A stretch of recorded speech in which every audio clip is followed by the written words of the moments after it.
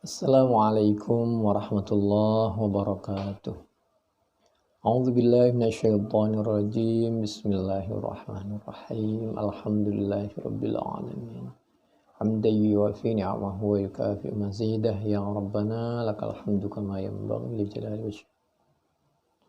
Allahumma shalli ala sayidina Muhammad wa ala ali sayidina. Asyhadu an la ilaha illallah wa asyhadu anna Muhammad. A'udzu billahi minasyaitonir rajim. Bismillahirrahmanirrahim. Afa aminu makrallah fala ya'manu makrallahi illal qaumul khasirun. Al-A'raf ayat 9, bisa dari 97 sampai 99 itu sebenarnya. Hamba Allah itu dia selalu di benaknya itu khawatir dia punya kekurangan, kesalahan. Jadi dia takut kepada dosa, meskipun itu kecil. Takut ada tanda-tanda kemunafikan pada dirinya.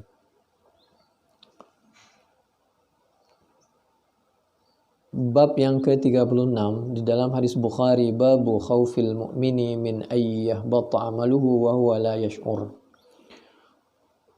Orang mukmin itu khawatir amalnya hancur, dia tidak sadar kalau amalnya hancur.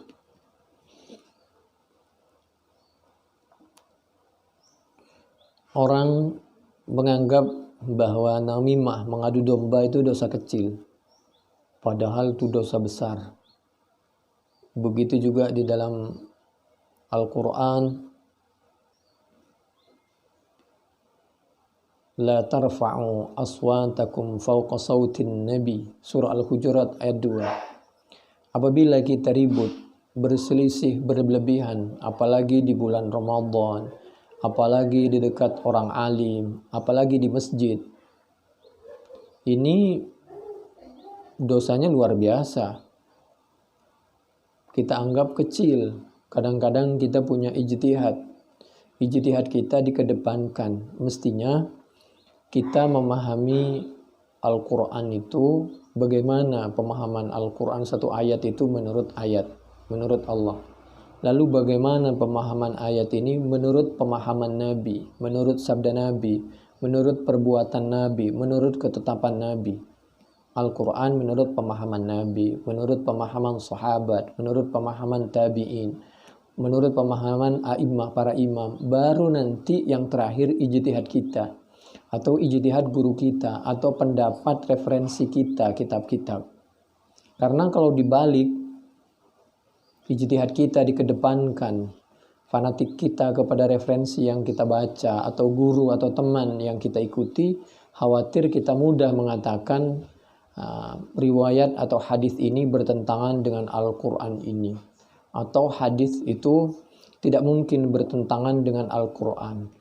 Yang mengukur itu bukan ijtihad kita, yang mengukur itu adalah Allah, adalah Al-Quran, adalah sunnah Nabi Muhammad sallallahu alaihi wa alihi wa ashabihi wasallam. Apabila ijtihad kita ditaruh di belakang, maka insya Allah kita tidak mudah untuk mengatakan riwayat ini bertentangan dengan Al-Quran atau ayat ini, kecuali yang memang sudah pasti atau ijma'.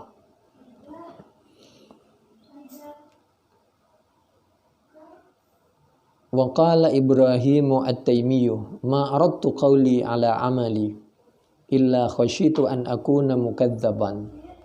Aku selalu khawatir termasuk orang yang berdusta atau didustakan, karena kami pernah melakukan sesuatu yang dusta. Begitu takutnya para ulama dulu itu terhadap perbuatan dosa sekecil apapun. Wa qala Ibnu Abi Mulaikah adraktu 30 min ashabin Nabi. Menemui siapa aku 30 kepada 30 min ashabin Nabi sallallahu alaihi wasallam, dari sahabat-sahabat Nabi Muhammad sallallahu alaihi wasallam. Kulluhum, adapun semua sahabat tadi, yakhafu, yaitu takut, siapa kulluh, takut an-nifaqa, kepada munafik, ala nafsihi, atas dirinya, kulluh. Semua sahabat yang aku temui tidak kurang dari 30, semuanya khawatir, takut kalau dirinya termasuk orang munafik. Selalu khawatir kalau dirinya terjatuh kepada dosa, meskipun itu sepertinya dosa kecil. Karena mungkin menurut kita itu dosa kecil, padahal itu dosa besar. Ma minhum ahadun yaqulu innahu ala imani Jibril wa Mikaila. Satupun dari 30 sahabat yang aku temui itu tidak ada satupun yang mengakui, yang menganggap bahwa dirinya telah suci, keimanannya sudah mendekati keimanannya malaikat Jibril dan Mikail. Bagaimana dengan kita? Wa yuzkaru anil hasani ma khafahu illa mu'min. Orang yang selalu berpikiran seperti itu, waspada, itulah ciri-ciri orang mukmin. Wala aminahu illa munafik. Tapi bagi orang yang merasa dia telah bersih, telah aman dari kemunafikan, justru khawatir dia termasuk orang munafik. Ini diantaranya penjabaran, salah satu penjabaran dari Al-Quran surah Al-A'raf ayat 99 tadi. Afa aminu makrallah fala ya'manu makrallahi illal qaumul khasirun, menurut penjelasan dalam kitab Fathul Bari. A'udzu billahi minasy syaithanir rajim. Bismillahirrahmanirrahim. Waliman khafa maqama rabbih jannatan. Fabi ayyi ala'i rabbikuma tukadziban. Bagi orang yang khafa, takut, maqama rabbih, ketika dia harus berhadapan menghadap Allah dengan suatu dosa sekecil apapun, maka di saat orang punya pemikiran seperti itu, maka dia akan selalu berhati-hati menghindar terhadap dosa sekecil apapun. Kalau kita tidak mungkin bisa menghindar dari dosa sekecil apapun, kecuali apabila dibantu oleh Allah Subhanahu wa ta'ala. Itu yang dimaksud diantaranya fabi ayyi ala'i rabbikuma tukadziban. Lalu dengan nikmat bantuan Allah yang mana lagi yang kalian dustakan? Ar-Rahman ayat 46-47. La haula wala quwwata illa billah. Tidak ada orang yang bisa menghindar dari kemaksiatan, dosa kecil apapun, dan tidak ada orang yang mampu melaksanakan perintah Allah sekecil apapun kecuali atas izin dan bantuan pertolongan dari Allah Subhanahu wa ta'ala. Dikasih sakit sedikit saja kita udah nggak bisa sholat dengan nyaman, tenang, khusyuk, berdiri dan lain sebagainya. Wa yuzkaru 'anil hasani ma khafahu illa mu'minun wa la aminahu illa munafiqun wa ma yuhdharu minal israri 'alan nifaqi wal isyani min ghairi taubatin liqaulihi ta'ala. Jadi para sahabat, para alim ulama dulu itu khawatir dia selalu terjerumus kepada kemunafikan dan kemaksiatan tanpa sadar. Karena beliau selalu berpegangan kepada Al-Quran, yaitu paling tidak surah Ali Imran ayat 135. A'udzu billahi minasyaitonir rajim. Bismillahirrahmanirrahim.